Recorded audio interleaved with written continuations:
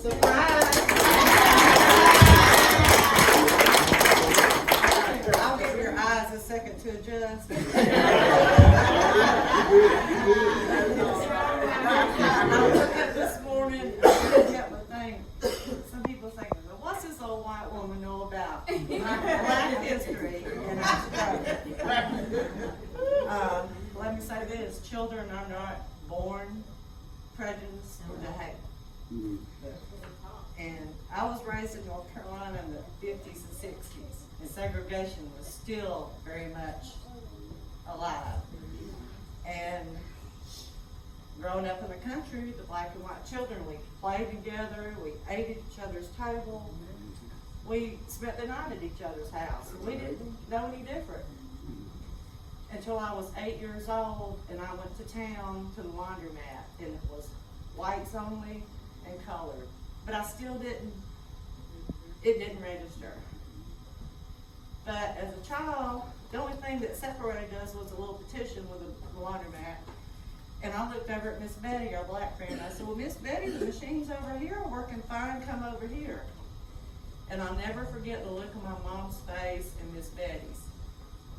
And they had to take us home that afternoon and explain to us little girls how the law was. And they didn't agree with it, but it was a law. I said, well, Mom, I guess I'm going to go cut my switch now because I'm going to get a whooping because I'm going to break that law. She said, no, child, you don't understand. There are people that are so ugly that it will hurt you.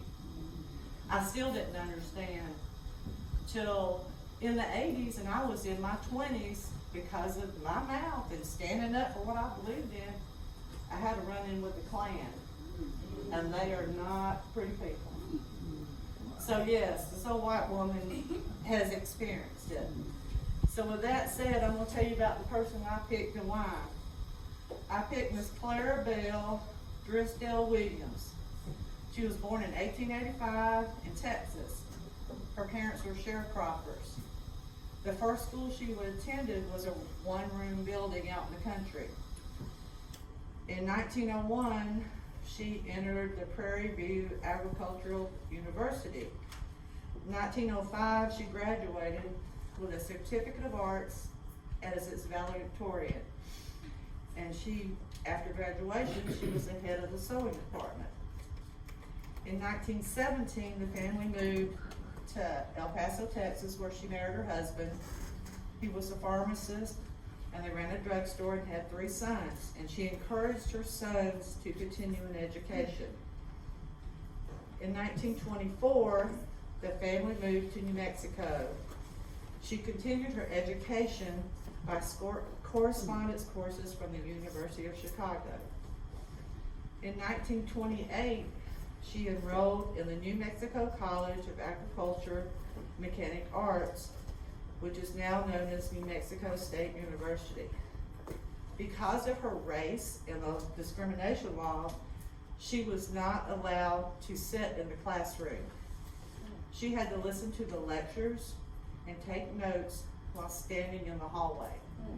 She wasn't even offered a chair to sit in, but it did not stop her.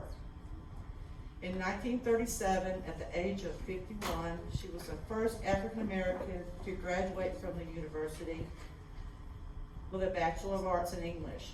But she still was not allowed to walk and graduate with her classmates.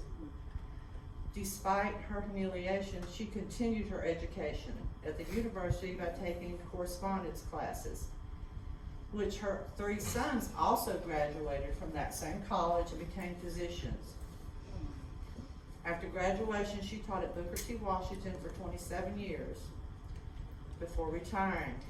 In 51, her and her sons had moved to Chicago, where they opened a medical clinic. In 1961, the New Mexico University recognized the injustice toward their first black college graduate, so they began to make amends. They named her Outstanding Alumni of the University and named the street on the campus after her. In '69, her name was in the Educational Hall of Fame by the association. In 1980, 43 years after graduation, she received an honorary law degree. Also, an apology from the school for its racist treatment she endured.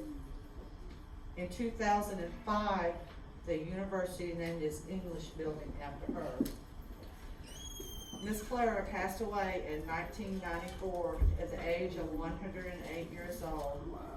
Despite all the obstacles put in her path, she did not get discouraged or give up.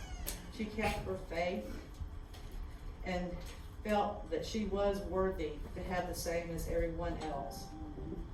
So she is a true definition. Until God opens that next door, you praise Him in the hallway. All right. Amen. All right.